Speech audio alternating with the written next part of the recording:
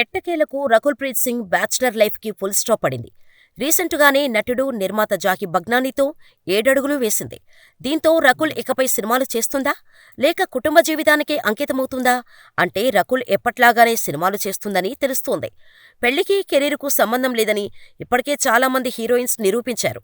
ఐశ్వర్యారాయ్ నుంచి లావణ్య త్రిపాఠి వరకు అంతా సినీ కెరీర్ను కంటిన్యూ చేస్తున్నారు. పెళ్లైన తర్వాత కూడా హీరోయిన్లుగా దూసుకుపోతున్నారు. ఇప్పుడు ఇదే లిస్టులో రకుల్ ప్రీత్ సింగ్ చేరబోతోంది. సెకండ్ ఇన్నింగ్స్లోనూ సత్తా చాటేందుకు పక్కా ప్లాన్ రెడీ చేసుకుంటోంది రకుల్.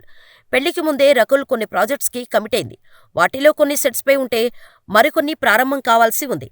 కొత్త కథలకు సంబంధించి సంప్రదింపులను కూడా ఈ బ్యూటీ వేగంగా జరుపుతుందని ఇండస్ట్రీ వర్గాల టాక్.